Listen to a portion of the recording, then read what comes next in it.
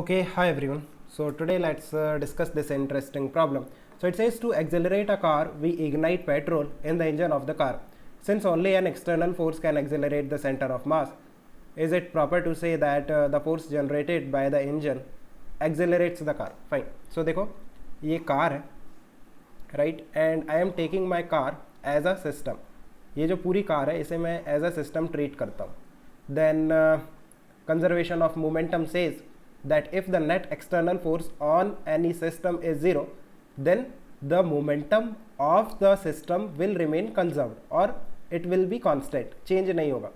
So if I say कि ये जो कार है ये एक्सेलरेट कर रही है, if the car is accelerating then इसकी जो वेलोसिटी है वो चेंज होगी because acceleration is d v by d t, right. Acceleration is not zero means d v by d t is not zero, means velocity is not constant, velocity is changing with time.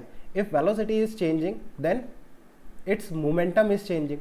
If momentum is changing means some external force must be acting on the system, means इस car पे कोई ना कोई external force लग रहा है.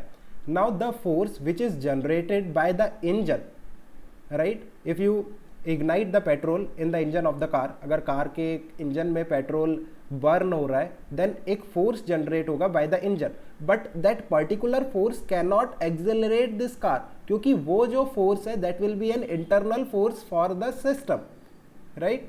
अगर हम सिस्टम की बात करें तो जब सिस्टम का कोई एक पार्ट दूसरे पार्ट पे फोर्स लगाता है, क्योंकि जो इंजन होगा that will be a part of the car, जो इंजन है वो इस कार का ही एक पार्ट है, और जब सिस्टम में कोई एक पार्ट दूसरे पार्ट पे फोर्स लगाता है तो that is an internal force, right. वो एक्सटर्नल फोर्स नहीं है. सो एक्सटर्नल फोर्स कहाँ से लगेगा? अब देखो एक्चुअली में कार का मूवमेंट या फिर मैं कहूँ एक्सेलरेशन किस तरह से होता है. जब हम पेट्रोल को इग्नाइट करते हैं in the engine of the car, so एक फोर्स प्रोड्यूस होता है, but that force is not responsible for the acceleration of the car. वो फोर्स क्या करता है, ये जो टायर्स है ना इस कार के, इन टायर्स को रोटेट करने की कोशिश करता है. किस डायरेक्शन में? एंटी क्लॉकवाइज डायरेक्शन में, सॉरी क्लॉकवाइज डायरेक्शन में, इस तरह से रोटेट करने की कोशिश करता है. सो आप देखो टायर का वो पॉइंट जो कि ग्राउंड के कांटेक्ट में है, let me draw the ground first. मान लो ये ग्राउंड है या फिर रोड है जहाँ पे आपका कार मूव करना चाहता है या फिर मूव करेगा. सो जो पॉइंट इस टायर का ग्राउंड के कांटेक्ट में है उस पॉइंट को देखो.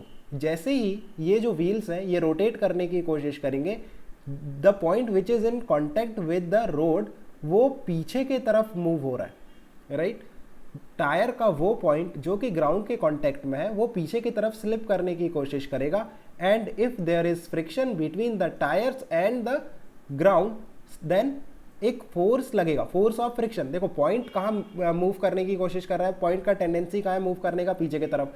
सो इस पे फ्रिक्शन फोर्स कहाँ लगेगा, आगे की तरफ, क्योंकि friction opposes the relative motion. So tyres पे जो फ्रिक्शन फोर्स लग रहा है इन द फॉरवर्ड डायरेक्शन. अब अगर आप फ्री बॉडी डायग्राम देखो इस कार का, तो इसके टायर्स पे एक फ्रिक्शन फोर्स लग रहा है in the forward direction which is responsible for the acceleration of the car, right. ये जो फोर्स लग रहा है बाय द ग्राउंड ये एक्सटर्नल फोर्स है, because our system is the car. Ground our system नहीं, ग्राउंड हमें सिस्टम में कंसिडर नहीं किया है, राइट.